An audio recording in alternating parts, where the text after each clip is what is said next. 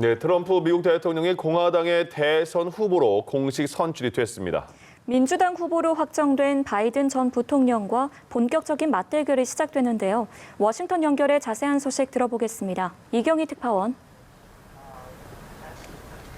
네, 미국 공화당은 노스캐롤라이나 샬럿에서 전당대회를 열고 트럼프 대통령과 마이크 펜스 현 부통령을 11월 대선에 나설 대선 후보와 부통령 후보로 지명했습니다. 주별 경선 결과 트럼프 대통령은 모든 주에서 단 한 표도 내주지 않고 대의원을 싹쓸이했는데요. 트럼프 대통령은 수락 연설 전까지 가급적 공개석상에 등장하지 않는 관례를 깨고 이날 전당대회 현장을 전격 방문했습니다. 이번 대선이 미국 역사상 가장 중요한 선거라며 승리해야 한다고 지지를 호소했는데요.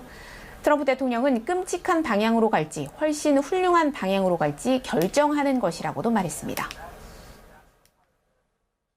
Our country can go in a horrible, horrible direction or in an even greater direction. And before the plague came in from China, that's where we were going. We were going in a direction like we had never seen.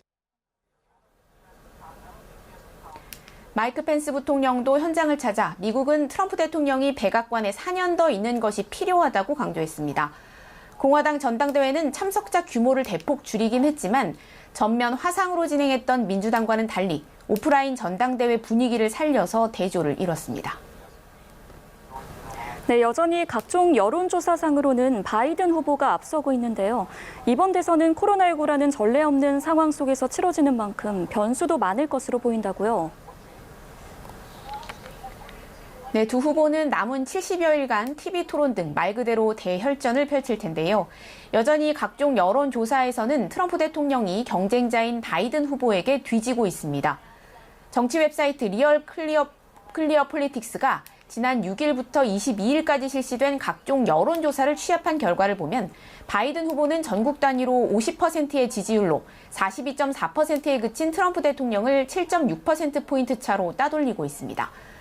위스콘신, 미시간, 펜실베니아 등 승부를 가를 6개 경합주에서도 대부분 바이든 후보가 앞섭니다. 또 코로나19 대응 실패 비판론 속에 최대 치적으로 자랑하던 경제 상황도 좋지 않은 상황인데요.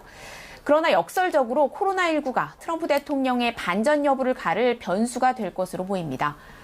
트럼프 대통령이 백신 조기 개발에 총력을 기울이고 있는 것도 반전의 모멘텀을 만들기 위해서라고 볼 수 있겠습니다. 이에 반해 바이든 후보는 코로나19 대응 방식의 전면 전환을 내세워 유권자에게 호소하고 있습니다. 이 밖에도 두 후보는 건강보험, 이민, 조세, 인종평등 등 주요 정책마다 대척점에 서 있어서 치열한 정책 공방이 벌어질 전망입니다. 지금까지 워싱턴에서 전해드렸습니다.